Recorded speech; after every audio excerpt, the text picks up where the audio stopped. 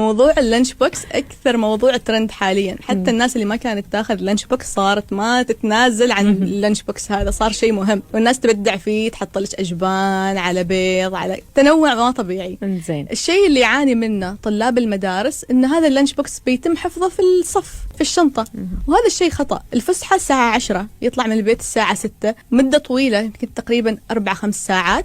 الأكل في درجة حرارة الغرفة، ونفس اللي احنا ذكرناه، هذه درجة الحرارة لما تكون في وقت طويل أكثر من 3 ساعات تبدأ تنمو البكتيريا، فهذا الشيء خطأ. أفضل شيء لطالب المدرسة حتى المقاصف المدرسية لازم إنها تراعي سلامة الغذاء. طلاب في سن نمو تأثرهم بأي شيء يمكن يكون أكثر من أي شخص ثاني، فلازم يتم اتباع سلامة الغذاء عشان حتى ما يأثر على تحصيلهم الدراسي وغيرها من الأمور. لازم يتم حفظ المنتجات بطريقة صحيحة وفق للمعايير، ويتم بيعها بطريقة حتى صحيحة. الطالب أفضل شيء، أفضل خيار ممكن يتبعه إنه قبل لا يطلع من البيت يفطر وياخذ له سناك في الفسحة، سناك ما يتأثر بالحرارة، مثلا حبة تفاح أو فاكهة أو شيء. يختار الأشياء اللي لما نروح السوبر ماركت تكون موجودة على حرارة الغرفة، هي أفضل خيارات ممكن إنه هو يستهلكها في الفسحة، خصوصا سندويشات البيض والدجاج واللبنة وهذه الأشياء اللي هي منتجات لحوم وألبان.